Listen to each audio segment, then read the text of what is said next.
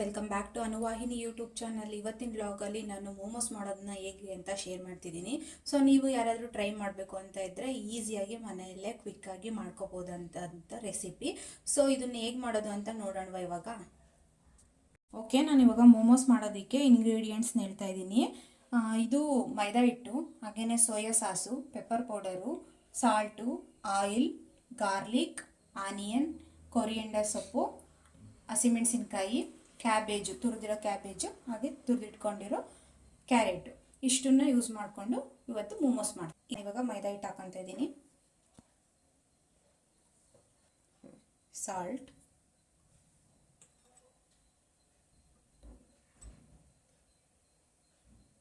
ಜೊತೆಗೆ ಆಯಿಲ್,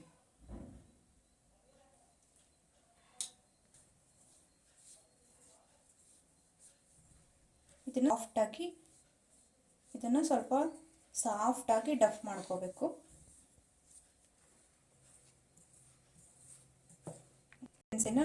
ನೋಡ್ಕೊಂಡು ನೀರನ್ನ ಆ್ಯಡ್ ಮಾಡಿ ಮಿಕ್ಸ್ ಮಾಡ್ಕೋಬೇಕು.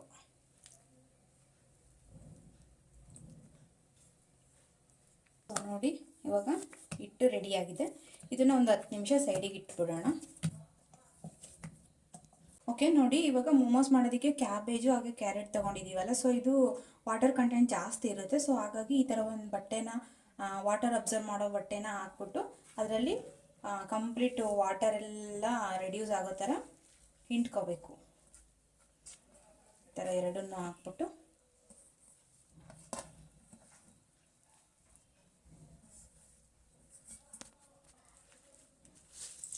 ನೋಡಿ, ಈ ಥರ ಅಷ್ಟು ವಾಟರ್ನ ಈ ಥರ ಹಿಂಡ್ಬಿಟ್ಟು ರೆಡ್ಯೂಸ್ ಮಾಡಬೇಕು.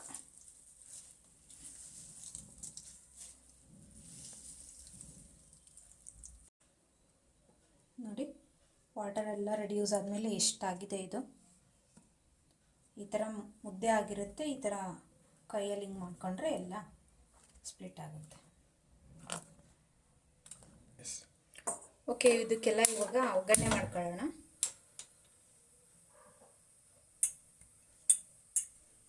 ನಾನು ಮಾಡ್ತಾ ಇರೋ ಕ್ವಾಂಟಿಟಿಗೆ ಒಂದು 2 ಟೇಬಲ್ ಸ್ಪೂನ್ ಆಯಿಲ್ ಹಾಕ್ತಾ ಇದ್ದೀನಿ. ಆಯಿಲ್ ಬಿಸಿ ಆದಮೇಲೆ ಸಣ್ಣದಾಗಿ ಹೆಚ್ಚಿಟ್ಕೊಂಡಿರೋ ಈರುಳ್ಳಿ,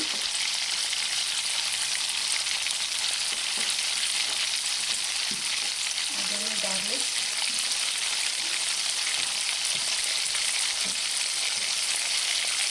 ಹಸಿಮೆಣಸಿನಕಾಯಿ,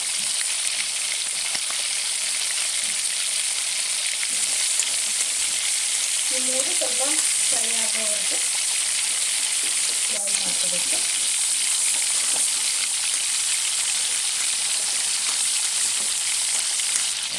ಇದಿಷ್ಟು ಫ್ರೈ ಆದಮೇಲೆ ಇವಾಗ ಕ್ಯಾಬೇಜು ಹಾಗೆ ಕ್ಯಾರೆಟ್,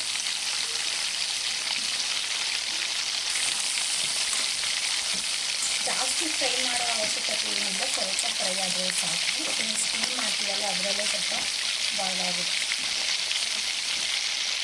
ಸ್ವಲ್ಪ ಉಪ್ಪು, ಹಾಗೇನೆ ಪೆಪ್ಪರ್ ಪೌಡರ್, ಸ್ವಲ್ಪ ಸೋಯಾ ಸಾಸ್.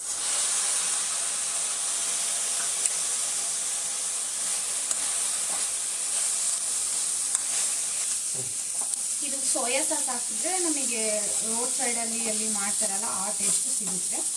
ಸೊ ಅದಕ್ಕಾಗಿ ಸೋಯಾ ಸಾಸ್ ಆ್ಯಡ್ ಮಾಡ್ಕೋಬೇಕು, ಇಲ್ಲಾಂದರೆ ಸ್ಕಿಪ್ ಮಾಡ್ಬೋದು.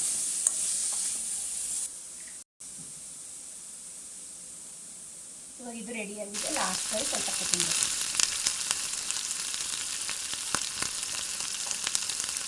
ಸೊ ಇವಾಗ ಸ್ಟಫಿಂಗ್ ರೆಡಿಯಾಗಿದೆ. ನೆಕ್ಸ್ಟ್ ಏನು ನಾವು ಮೋಮೋಸ್ ಮಾಡೋದೆ, ಎಲೆನ ಲಟ್ಟಿಸ್ಕೋಬೇಕು. ಆದರೆ ನಾವು ತುಂಬ ತಿಕ್ಕಾಗಿ ಪೂರಿಗೆಲ್ಲ ಲಟ್ಟಿಸ್ತೀವಲ್ಲ ಆ ಥರ ಲಟ್ಟಿಸ್ಬಾರ್ದು. ಸೊ ಏನು ತೆಳುವಾಗಿ ತುಂಬ ತಿನ್ನಾಗಿ ಲಟ್ಟಿಸ್ಬೇಕು ಎಲೆನ. ಬನ್ನಿ ನೋಡೋಣ ಅದನ್ನು ಮಾಡೋದನ್ನ.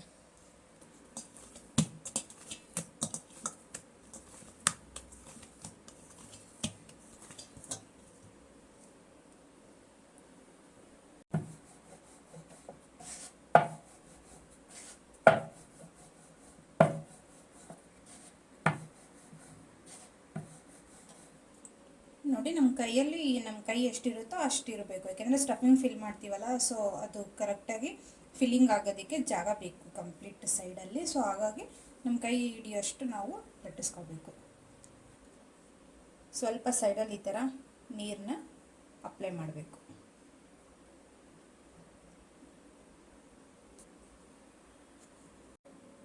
ನೋಡಿ, ಒಂದು ಸ್ಪೂನಷ್ಟು ಫಿಲ್ಲಿಂಗ್ನ ಆ್ಯಡ್ ಮಾಡ್ತಾಯಿದ್ದೀನಿ ಇದಕ್ಕೆ. ನೋಡಿ, ಈ ಥರ ನಾವು ಸೀರೆ ನೆರಿಗೆ ಹಾಕಂತೀವಲ್ಲ ಆ ಟೈಪಲ್ಲಿ ಇದನ್ನು ಜಾಯಿಂಟ್ ಮಾಡ್ತಾ ಹೋಗಬೇಕು.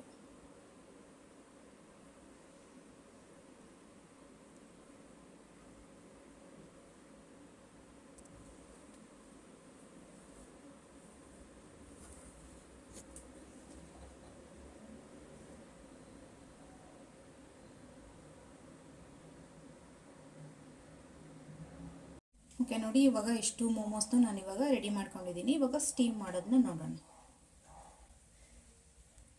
ಸ್ಟೀಮ್ ಮಾಡೋದಕ್ಕೆ 1-2 ಕಪ್ಪಷ್ಟು ನೀರನ್ನ ಹಾಕಿದ್ದೀನಿ. ಇದು ಇಡ್ಲಿ ಮಾಡ್ತೀವಲ್ಲ ಅದೇ ಕುಕ್ಕರ್ನ ತಗೊಂಡ್ರು ನಡೆಯುತ್ತೆ. ಬೇರೆ ಬೇರೆ ಕುಕ್ಕರು ಮನೇಲಿದ್ದರೆ ಯೂಸ್ ಮಾಡ್ಕೋಬೋದು. ನನ್ನ ಹತ್ರ ಇರೋದು ಇಡ್ಲಿ ಕುಕ್ಕರ್ ಇದೇನೆ, ಸೊ ಹಾಗಾಗಿ ನಾನು ಇದನ್ನೇ ಯೂಸ್ ಮಾಡ್ತಾ ಇದ್ದೀನಿ. ಇದಕ್ಕೆ ಇವಾಗ ನಾನು 2 ಕಪ್ ನೀರು ಹಾಕಿದ್ದೀನಿ. ಇದನ್ನು 1-2 ನಿಮಿಷ ಬಿಸಿ ಆಗೋದಕ್ಕೆ ಬಿಡೋಣ. ಇದು ಇವಾಗ ಬಿಸಿ ಆಗ್ತಾ ಇರಲಿ ನೀರು. ನಾವು ಅಷ್ಟರೊಳಗೆ ಇದಕ್ಕೆ ಎಲ್ಲ ಆಯಿಲ್ ಅಪ್ಲೈ ಮಾಡಿಕೊಂಡು ಮೋಮೋಸ್ನ ಇಡೋಣ.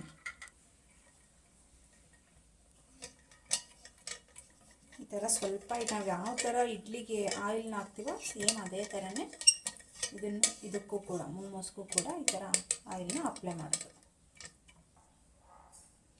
ನೋಡಿ, ಮೋಮೋಸ್ ಇಡ್ತಾ ಇದ್ದೀನಿ ಇವಾಗ. ಅಷ್ಟಕ್ಕೂ ಆಯಿಲ್ ಅಪ್ಲೈ ಮಾಡಿದಾದಮೇಲೆ ಮೋಮೋಸ್ ಇಡ್ತಾ ಇದ್ದೀನಿ.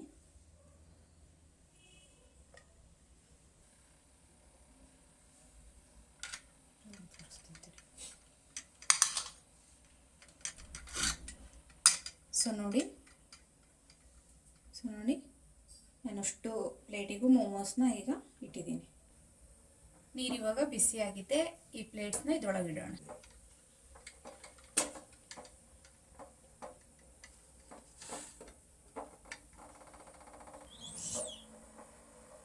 ಅದು ಇವಾಗ ಪ್ರೆಷರಿಗೆ ಹೊರಗೆ ಬರುತ್ತೆ, ಅವಾಗ ಸ್ಟೀಮ್ ಆಗಿದ್ದಾವೆ ಅಂತ. ಮೋಮೋಸ್ ರೆಡಿ.